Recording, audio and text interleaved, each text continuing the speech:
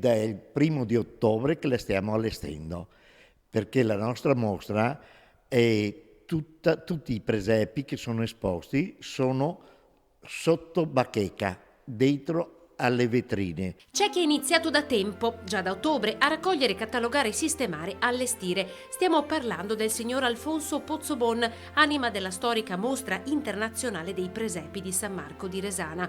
Da appassionato e collaboratore con l'Associazione Italiana Amici del Presepio, Pozzobon è già al lavoro per costruire il magico viaggio che nasce con l'Avvento fino al miracolo della nascita di Gesù. Quest'anno circa una novantina di presepi. Il nostro motto è questo: lo stesso presepista, ma mai lo stesso presepio. Antena 3 inizia con oggi il suo lungo viaggio fino al giorno di Natale, riproponendo la rubrica dedicata ai vostri presepi.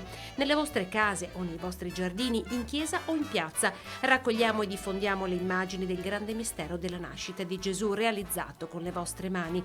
Basterà inviarci brevi video, almeno di 20 secondi ciascuno, realizzati tenendo il cellulare in orizzontale. Indicate nome, cognome e località e se vorrete registrate anche i vostri auguri, perché il Natale è più bello se condiviso.